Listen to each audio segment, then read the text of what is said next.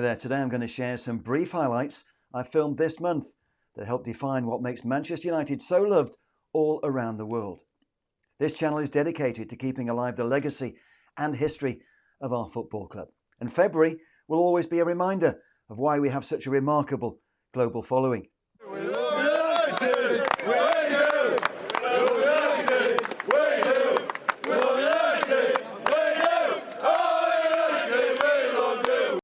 For those truly interested in our history, you won't want to miss my exclusive 4-part series with legendary fan Joe Glanville. Please watch and please subscribe to this channel. Only with your support can I keep creating this type of legacy content.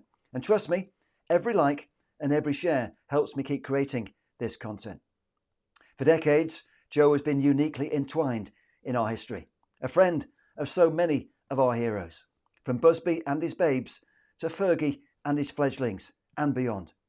Joe is part of the DNA of our football club, and as the former president of the world's oldest Manchester United supporters club, Joe had a special role to play when those supporters in Malta celebrated their 65th anniversary over the first weekend of February. Thank you all for your support. A Munich-themed exhibition was built around memorabilia from Joe's own personal collection. At last week's Munich memorial service in Trudering, Joe sat alongside another elder statesman, Derek Digger Gardner. Like Joe, Digger is a legendary fan whose priceless memories make him a much-loved supporter of Manchester United Football Club. What makes this football club truly unique is our history. Our fans, and some of the greatest players ever to play the game of football. The team that perished in Munich was literally the greatest team the world had ever seen. Tommy Taylor is the scorer, and Johnny Berry is the wizard on the wing. Roger Byrne is our left full back. Billy Whelan's inside right. In fact, we are the champions. We are the boys in red and white.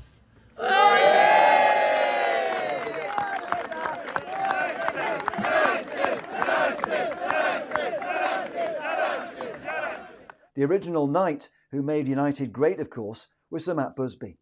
Busby was the manager who laid the foundations. Decades later, his legacy inspired Sir Alex Ferguson, and Ferguson became the most successful manager in our history. But Busby will always be number one for many of us older fans. For me, he was the greatest manager we ever had. With all due respects to Fergie, who won more than Matt did, but the situation when Matt took the club over, it was totally different. Because he came to Manchester at the end of the last World War, where a lot of the players were still serving in the army or whatever, and he did not know who was coming back, or else who was going to be killed during the war. As well as two of the greatest managers the world has ever seen, we've also had the greatest caretaker manager, the man who saved Manchester United. It was Jimmy Murphy, of course, who kept the red flag flying after Munich. Without Jimmy, many believe Manchester United Football Club would not be here today.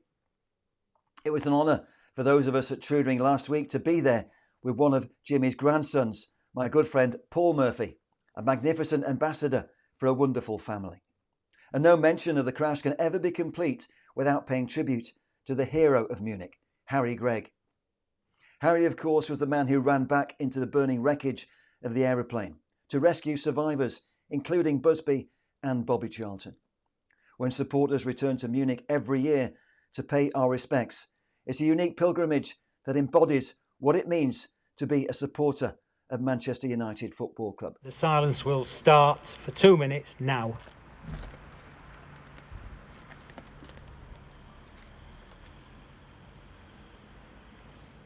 Far from living in the past, our history inspires our future. And seeing so many young faces in Munich is so important to the future of this football club. We must never forget who we are and where we came from. That's very much the ethos of the Manchester Munich Memorial Foundation, a group of unpaid volunteers who coordinate what happens in Trudering every year. God bless the Bears.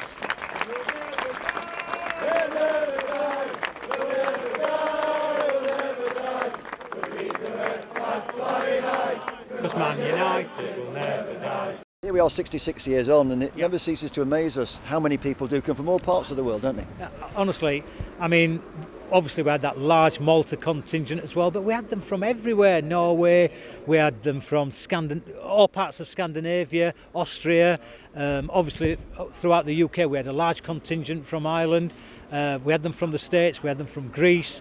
They love United, they love the Busby Babes, and that's what it boils down to, and they want to pay the respects. So yeah, delighted how it all went today, to be honest.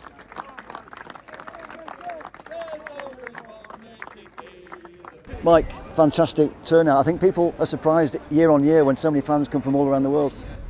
Well, this is my first opportunity to get out to this place. I was going to call it a shrine, but in a way it's just a gathering of like-minded people supporting an unbelievable tragedy, really, and year on year they do it, and it's a fantastic thing. It's great to see you spending so much time with the fans because they really appreciate it, you know. Yeah, well, the game's about the fans, you know. We talk a lot about football players and players in general, but without the fans there is no game, really. And it's the adrenaline and the energy that they bring, and also the memories and everybody talks about something specific what affected them, and it's all down to Manchester United sometimes, and I think that's wonderful when you hear those stories. Passing on our memories and keeping alive our stories about the Busby Babes and what happened in Munich will forever preserve our legacy. Documenting the memories of fans like Joe Glanville and Digger Gardner, I believe, plays an important role in keeping our history alive. So please watch my 4-part series of interviews with Joe Glanville. Meanwhile, some more words from Digger, who made a passionate speech when we lay Keith Norris's famous Big Lily flag on what used to be the end of the runway at Trudering. Good afternoon, everybody. It's great to be all here again to witness the scene where our fabulous Manchester United perished in 1958. We'll never forget them. They was the finest 11 United have ever played, especially the season 56-57. That season, United played 56 games, 42 in the league, 8 in the European Cup, and 6 in the FA Cup. I only missed 5. That was the 4 away games in Europe, I couldn't afford to go, and the one against Portsmouth in the league. For all those who are my age, who will remember them, we remember them with deep sympathy. It's nice to see a lot of young ones here who'll carry on the word, the team of Manchester United. And that famous song, We'll Never Die, We'll Never Die, 'cause Man United will never die. We'll never die, we'll never die, we'll never die, we'll never die. We'll keep the red flag flying high, 'cause Man United will never die. Thank you. Thank you.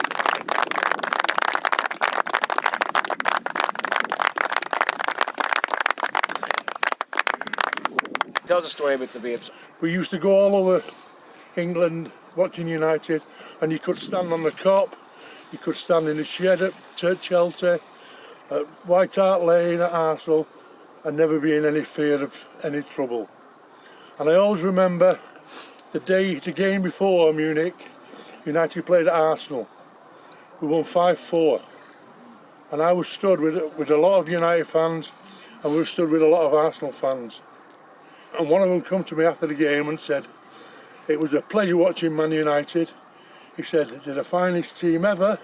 And he said, if they entered the boat race, they would win it. Now, like I say, I've had great pleasure watching United all through these years. I'm 84-year-old now, and I'm still travelling. I go to as many away games as I can. A man called Matt Battle helps me along, and in the last 7 years since my wife passed away, I've met some wonderful people, and they're keeping me going. And I hope I'm still here another 10 years. One never knows. But it's nice to see so many young ones here and keeping that flag flying. And I hope most of you get as much pleasure as I have of watching Man United. Thanks very much for listening. Thank you.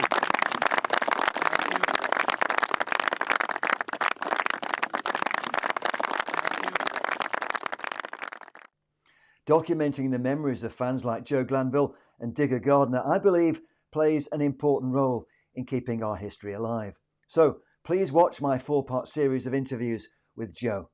For anyone who loves this football club and cares about its history, I'm sure it's a series that will enrich your knowledge and understanding of why Manchester United Football Club is simply unique.